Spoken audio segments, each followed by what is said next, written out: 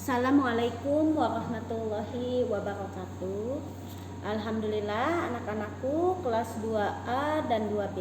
Sekarang kita akan melanjutkan pelajaran kita kembali, yaitu materinya masih tentang praktek ibadah fikih tentang sholat. Pada minggu yang lalu Usada menjelaskan tentang rukun sholat, ya. Rukun sholat ini artinya perbuatan dan ucapan yang dilakukan dalam sholat. Jika tidak dilaksanakan, sholatnya batal. Jadi kalau rukun ini tidak kita lakukan, batal, ya. Di antaranya niat sholat, berdiri, takbiratul ihram, membaca surat Al-Fatihah, ruku, i'tidal, sujud 2 kali, duduk di antara 2 sujud, duduk tasyahud akhir, membaca doa tasyahud akhir, memberi salam, dan tertib. Sekarang Bu Saada akan menjelaskan tentang sunnah sholat. Apa itu sunnah sholat? Sunnah sholat itu adalah perbuatan yang dianjurkan. Artinya apabila dikerjakan dia mendapat pahala, jika tidak dikerjakan maka tidak berdosa, atau kalau tidak dikerjakan tidak batal sholatnya, ya. Tapi kalau rukun, kalau tidak dikerjakan dia batal sholatnya. Nah, sunnah sholat diantaranya yaitu mengangkat kedua tangan ketika ruku dan ketika i'tidal. Jadi kalau kita mau ruku, ya, Allahu Akbar, angkat kedua tangan, kemudian i'tidal, sami Allahu liman hamidah. Nah, itu adalah sunnah, ya. Kemudian meletakkan tangan kanan. Nah, tangan kanannya berada di atas tangan kiri ketika bersedekah. Selanjutnya yaitu membaca doa iftitah. Bagaimana doa iftitah itu? Allahu Akbar kabira walhamdulillahi katsira wa subhanallahi bukratan wa asila. Inni wajjahtu wajhiya lillazi fataras samawati wal arda hanifan musliman wa ma ana minal musyrikin. Inna sholati wa nusuki wa mahyaya wa mamati lillahi rabbil alamin la syarika lahu wa bidzalika umirtu wa ana minal muslimin. Itu adalah bacaan doa iftitah. Selanjutnya membaca ta'awuz, yaitu a'udzubillahi minasyaitonir rajim. Itu, ya, disunahkan. Dan membaca amin ketika sesudah membaca surat Al-Fatihah. Yang keenam itu membaca Allahu Akbar pada setiap pergantian. Nah, ketika akan ruku, ketika akan sujud baca Allahu Akbar, kecuali ketika i'tidal bacanya sami Allahu liman hamidah. Nah, nomor 7 meletakkan tangan di atas paha. Nah, jadi tangan kita ada di paha ketika kita duduk, tidak boleh di samping, ya. Itu sunnah.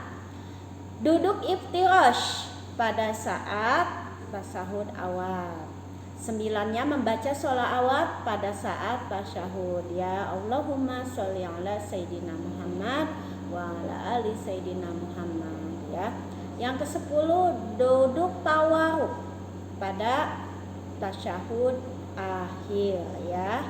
Kemudian yang ke-11 membaca salam pada salam kedua sambil menoleh ke kiri, karena salam yang pertama ke kanan itu wajib, yang kedua itu sunnah, ya. Oke, sekarang kita kerjakan yang menjodohkan. Yang nomor 1 duduk pada tasyahud awal, yaitu namanya, ya, yang C, iftirash. Nomor 2 bacaan sami Allahu liman hamidah, yaitu yang E, ya, i'tidal. Nomor 3 membaca sholawat Nabi, yaitu yang D, sunnah sholat. Nomor 4 duduk tasyahud akhir, yaitu yang A, tawaruk. Yang nomor 5 doa sebelum membaca Al-Fatihah, yaitu namanya iftitah, yang B. Nah, sekarang kita buka yang halaman 50, yang F-nya. Hal-hal yang membatalkan sholat. Ibadah sholat mabrur yaitu yang sempurna dan diterima Allah. Ibadah sholat juga dapat dikatakan mardud, artinya ditolak oleh Allah, yaitu karena sebab-sebab tertentu. Maka kita harus menjaga sholat supaya tidak sia-sia. Berikut hal-hal yang dapat membatalkan sholat. 1. Syarat sholat tidak dipenuhi. Contohnya, tidak wudhu, tidak menghadap kiblat, sholat tetapi membiarkan aurat terbuka. Ketika sholat keluar najis dari tubuh kita, misalkan keluar darah atau keluar nanah ya. Nah, atau lagi sholat tiba-tiba pingsan, itu adalah membatalkan membatalkan sholat. Maaf, sholatnya tidak sah. Yang kedua, rukunnya tidak terpenuhi. Contohnya tidak membaca surat Al-Fatihah, mengurangi jumlah rakaat, atau mengerjakan rukun sholat tapi tidak berurutan. Misalkan aturan ruku dulu, dia sujud dulu baru ruku. Nah, itu juga sama, tidak sah sholatnya atau batal.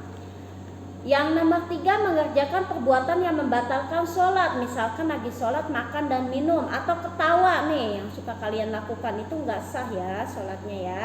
Atau bercakap-cakap, banyak gerak, keluar angin, kentut ya, walaupun kentutnya kecil, batal ya puasanya ya, sholatnya maaf. Nah, selanjutnya terbuka auratnya sengaja atau tidak sengaja, menambah gerakan atau jumlah rakaatnya. Atau misalkan begini, Bu, tadi saya udah berapa rakaat ya sholatnya? Sholat maghrib kan harusnya 3, udah 3 rakaat apa udah masih 2 ya? Kalau masih bingung, kalian bisa melakukan sujud sahwi. Ya, sujud sahwi itu artinya ketika kita lupa ya. Jadi setelah sholat selesai kita sujud lagi, seperti itu ya. Itu namanya sujud ketika kita ada yang lupa ya. Dan mendahului imam. Imamnya belum ruku, kamu sudah ruku, itu tidak boleh ya. Itu membatalkan sholat. Kita buka halaman 52 yang atas. Bagaimana cara menghilangkan hadas besar dan hadas kecil?